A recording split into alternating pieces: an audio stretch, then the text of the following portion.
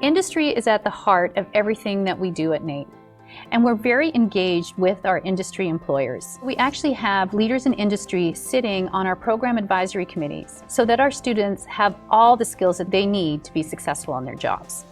I'm Laura Jo Gunter, President and CEO at the Northern Alberta Institute of Technology.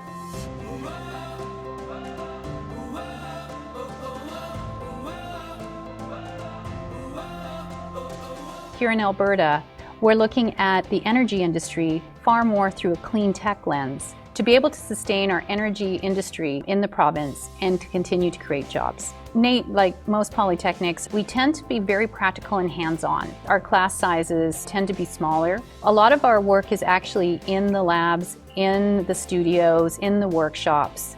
So there's a lot of learning by doing. One of the areas that we're focusing on is also helping our students become entrepreneurs. And our Mauji Center has grown from launching, I believe, 6 companies in its start to over 61 this last year.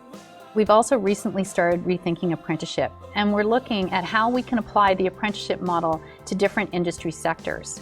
We're finding that employers are looking for skills mainly in 2 areas. The first, of course, is that our graduates have to have the knowledge and skills in the technical areas of the business.